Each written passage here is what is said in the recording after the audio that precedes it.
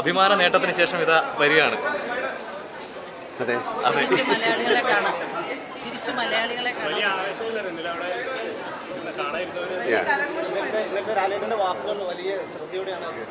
എല്ലാം വളരെ നന്നായിരുന്നു. നല്ല കാര്യം. ഞാൻ പറഞ്ഞല്ലോ, ഒരാൾക്ക് ഒരു ആർട്ടിസ്റ്റിന് കിട്ടാൻ ഏറ്റവും വലിയ ഭാഗ്യമായിട്ട് ഞാൻ ഇതിനെ കാണുന്നു.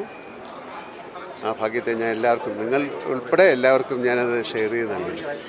ഒരുപാട് സിനിമകൾ അഭിനയിച്ചെങ്കിലും കർണഭാരവും വാനപ്രസ്ഥവുമാണ് രാഷ്ട്രപതി എടുത്തു പറഞ്ഞത്. രണ്ടും ഒരു ക്ലാസിക്കൽ ആർട്ടല്ലേ, അതുകൊണ്ടായിരിക്കാം തീർച്ചയായും. സിനിമ എന്നതിലുപരി അതൊരു പെർഫോമൻസ് നൽകിയൊരു ക്ലാസിക്കൽ ആർട്ടാണ്. ഇതൊരു സംസ്കൃത നാടകമാണ്. മറ്റേത് ഒരു 3 ഡയമെൻഷണൽ ആർട്ടാണ്, കഥകളി.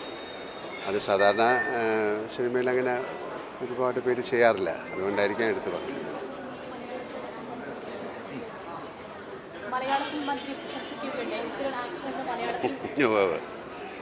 മലയാളത്തിൽ അദ്ദേഹം പോയി പഠിച്ചിട്ട് പറഞ്ഞതാണ്. Thank you. Okay. So humbled, I M so humbled. Thank you. ഇങ്ങനെ വേണ്ടേ? തീർച്ചയായിട്ടും. Thank you. ഞാൻ വീട്ടിലേക്ക്, ഞാൻ മദറിനെ, അമ്മയെ കാണാം. ശരി ശരി, താങ്ക് യു. ഓക്കെ.